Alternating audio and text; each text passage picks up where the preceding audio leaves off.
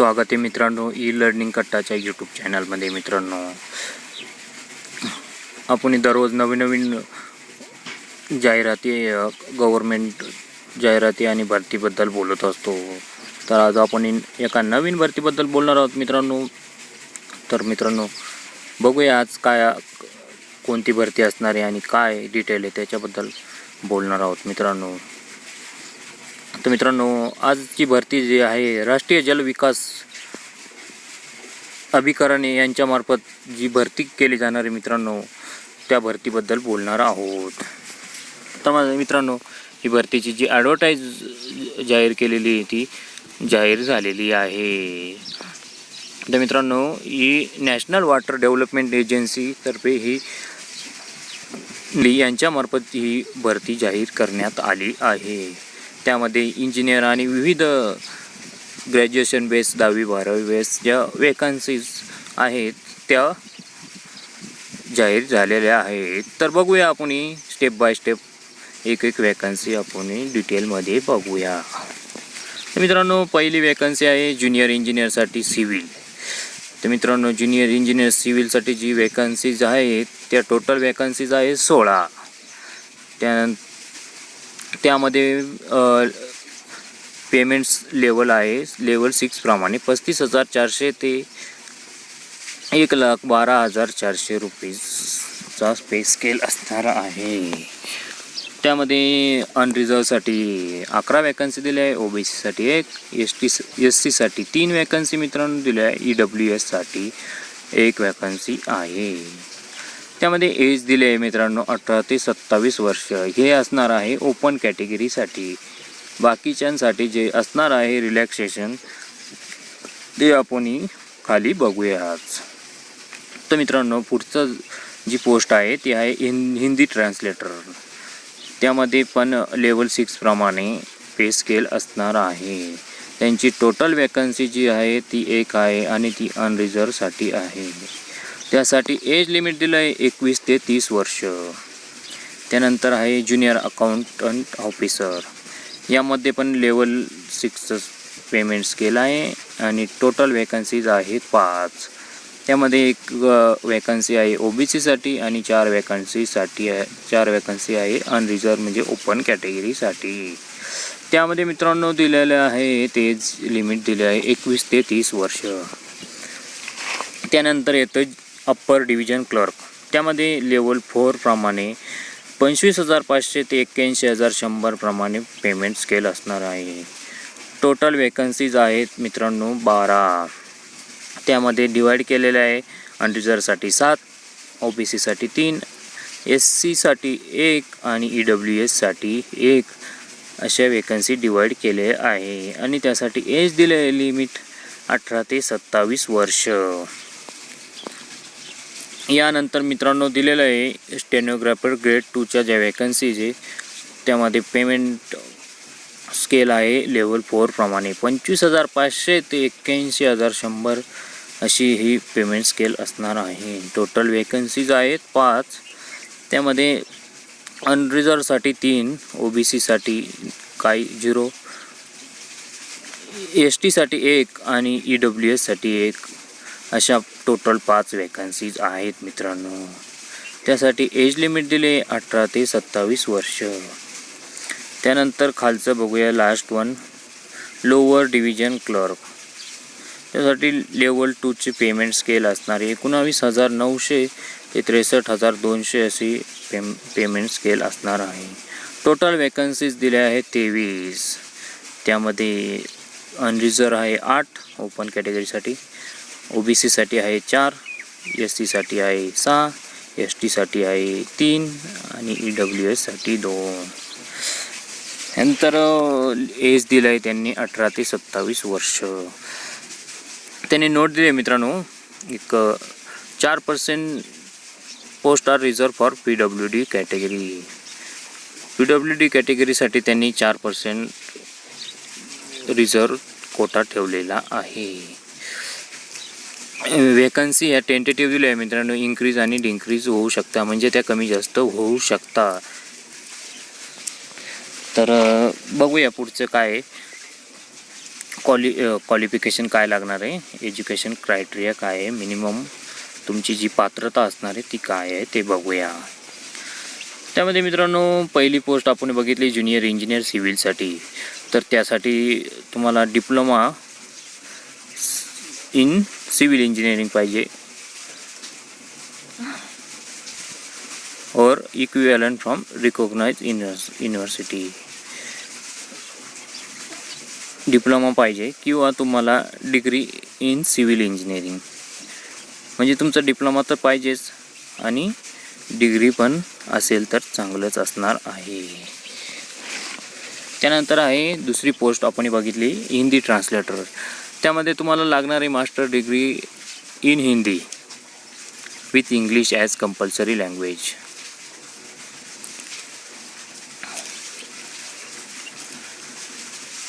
Degree level किंवा तुम्हाला तुमची मास्टर डिग्री इंग्लिशमध्ये झाली असेल आणि हिंदी जर कंपल्सरी लँग्वेज असेल तरी चालणार आहे. त्यानंतर किंवा तुमची मास्टर डिग्री दुसऱ्या लँग्वेजमध्ये झाली असेल हिंदी इंग्लिश सोडून आणि ती हिंदी मीडियममध्ये झाली असेल आणि इंग्लिश कंपल्सरी लँग्वेज असेल तरी चालणार आहे. त्यानंतर दिलं आहे किंवा तुम्ही मास्टर डिग्री तुमची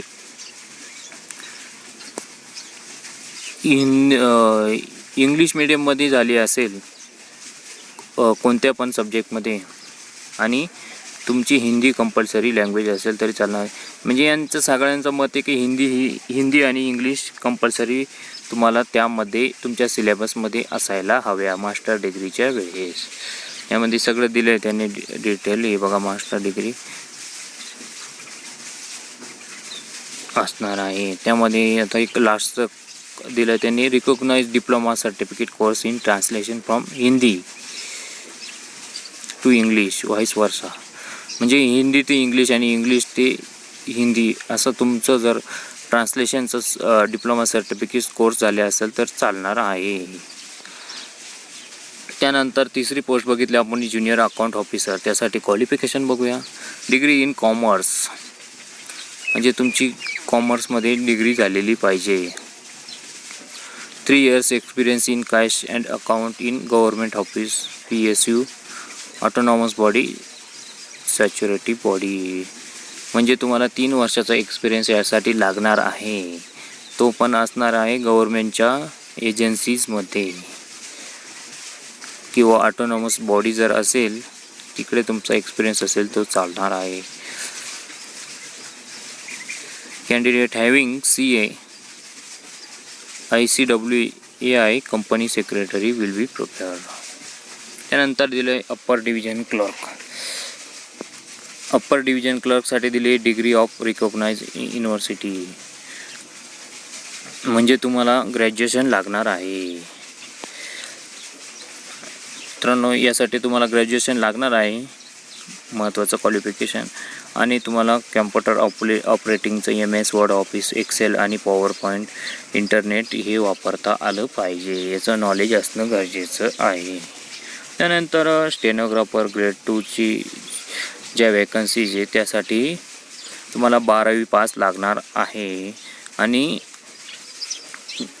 12वी पास लागणार आहे. तुमचा टायपिंग स्पीड पाहिजे 80 वर्ड पर मिनिट.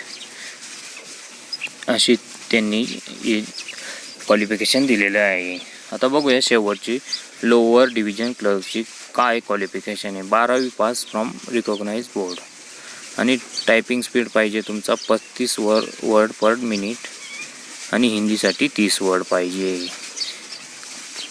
तुम्हाला computer operating MS word, office, excel, power point या गोष्टी जमल्या पाहिजे. असे क्वालिफिकेशन त्यांनी दिलेलं आहे. यानंतर बघूया मित्रांनो काय इम्पॉर्टंट डेट्स असणार आहे. ऑनलाईन रजिस्ट्रेशन आजपासून म्हणजे 10/5/2021 पासून चालू झालेले मित्रांनो. ते रजिस्ट्रेशनची लिंक तुम्हाला मी डिस्क्रिप्शन व्हिडिओच्या खाली डिस्क्रिप्शनमध्ये टाकेलच, ती बघून घ्या. त्यावर जाऊन रजिस्ट्रेशनला सुरुवात करा. लास्ट डेट त्यांनी दिलेली आहे मित्रांनो 25/6/2021.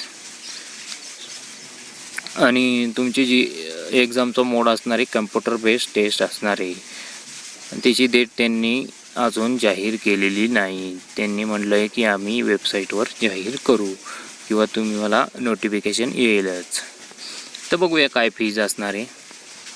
ॲप्लिकेशन फीज दिलेली मित्रांनो 840 रुपीज फॉर ओपन आणि OBC कॅटेगरी आणि 500 रुपये जे आहेत SC SD वुमेन EWS आणि PWD कॅटेगरीसाठी ही 500 रुपये असणार आहे. ऑनलाईन फीज असणार आहे मित्रांनो. त्यानंतर एज रिलॅक्सेशन बघणार आहोत मित्रांनो. एज रिलॅक्सेशन दिलेलं आहे. SC ST साठी 5 वर्षाचं एज रिलॅक्सेशन दिलं आहे. OBC साठी 3 वर्ष, फिजिकली हँडिकॅपसाठी 10 वर्ष दिलेलं आहे. एक सर्व्हिसमॅनसाठी आर्मी नेव्ही एअरफोर्समधून जर तुम्ही रिटायर असाल आणि तुम्ही जर अप्लाय करणार असाल तर 3 वर्षाचं रिलॅक्सेशन दिलं आहे. गव्हर्मेंट एम्प्लॉईचं जे आहे त्या गव्हर्मेंट एम्प्लॉय असाल तर तुम्हाला 5 वर्षाचं रिलॅक्सेशन दिलं आहे. ज्युनियर इंजिनियर, हिंदी ट्रान्सलेटर आणि ज्युनियर अकाउंट ऑफिसरसाठी आणि बाकीच्या पोस्टसाठी 40 वर्ष. यामध्ये त्यांनी एक नोट दिलेली आहे की 3 वर्ष तुम्ही गव्हर्मेंट सर्व्हिस केलेली पाहिजे. यानंतर सिलेक्शन क्रायटेरिया दिलेला आहे त्यांनी. For the post of junior engineer will be through computer base exam. म्हणजे कॉम्प्युटर बेस थ्रू तुमची ज्युनियर इंजिनियर आणि हिंदी ट्रान्सलेटर आणि ज्युनियर अकाउंट ऑफिसर या 4 पोस्टसाठी तुमची कम्प्युटर बेस ऑनलाईन टेस्ट होणार आहे. बाकी स्टेनोग्राफर आणि LDSसाठी ज्या हे आहे ती कम्प्युटर बेस्ड टेस्ट होणार आहे आणि स्किल टेस्ट पण होणार आहे, टायपिंगची टेस्ट जी तुम्हाला मी क्वालिफिकेशनच्या वेळेस बोललेलोच आहे. त्यानंतर qualified candidate in online test on merit basis will be called for typing test. 5 नंबरच्या आणि 6 नंबरच्या ज्या पोस्टसाठी तुम्हाला टायपिंगच्या टेस्टसाठी बोलवले जाईल. क्वालिफाईंग कॅन्डिडेटसाठी बोलवले जाईल फक्त. त्यानंतर अप्लाय कसं करायचं आहे ते इथं मेन्शन केलेलं आहे. तुम्हाला त्या वेबसाईटवर जाऊन रजिस्ट्रेशन करायचं आहे मित्रांनो. NMWAच्या वेबसाईटवर जाऊन तुम्हाला पूर्ण फी वगैरे पेमेंट करायचं आहे. तुमच्याकडे ईमेल ID आणि मोबाईल नंबर असणं गरजेचं आहे. स्कॅन कॉपी अपलोड करायच्या आहे. त्यानंतर हे तुम्हाला डिटेल दिलेलं आहे. कॅन्डिडेटसाठी इंडियन सिटीजन असणं गरजेचं आहे. बाकी छोट्या गोष्टी दिलेल्या मी तुम्हाला ही PDF आपल्या E-लर्निंग कट्टाच्या टेलिग्राम चॅनलवर देईलच. ते तुम्ही डाउनलोड करून पूर्ण डिटेलमध्ये वाचू शकता. यानंतर तुम्ही जर गव्हर्मेंट जॉबला असेल तर आणि तुम्हाला जर अप्लाय करायचं असेल तर NOC सर्टिफिकेट देणे गरजेचं आहे. या ठिकाणी त्यांनी हेल्प डेस्क पण जाहीर केलेला आहे. त्यामध्ये मेल ID आणि मोबाईल नंबर दिलेले आहे. त्यावर तुम्ही संपर्क साधून तुम्हाला येणारी क्वेरी सॉल्व करून घेऊ शकता. तर मित्रांनो नक्की चांगली संधी आहे मित्रांनो. थोडी फीस जास्त आहे पण मग नक्की तुम्ही प्रयत्न करायला काही हरकत नाही. धन्यवाद मित्रांनो.